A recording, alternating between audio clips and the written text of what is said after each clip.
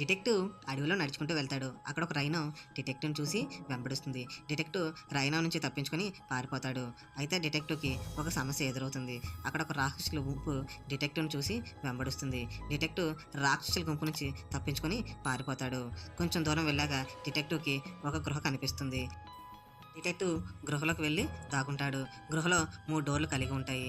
Door number 1 open చేస్తే విష సర్పాలు ఉంటాయి. కాటేస్తే గంటలో చనిపోతారు.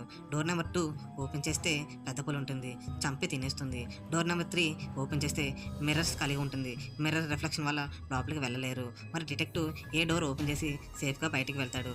మీకు కానీ ఆన్సర్ తెలిస్తే కామెంట్ చేయండి. Your time starts now.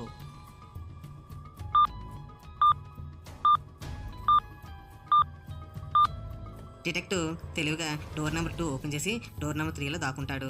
పులి రాక్షసులను చంపడానికి వెళ్ళే సమయంలో డిటెక్టివ్ డోర్ నెంబర్ 2 నుంచి సేఫ్గా బయటికి వెళ్ళిపోతాడు.